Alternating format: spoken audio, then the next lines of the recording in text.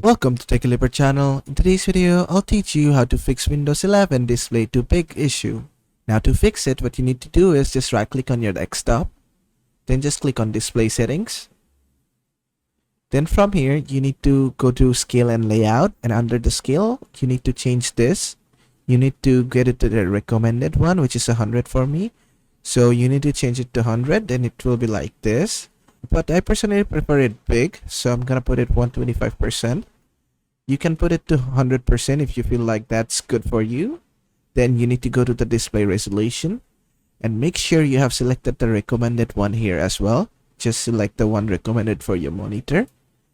And if it's still not fixed, what you can do is just close all this, go to your start button, right click on it, then just click on device manager.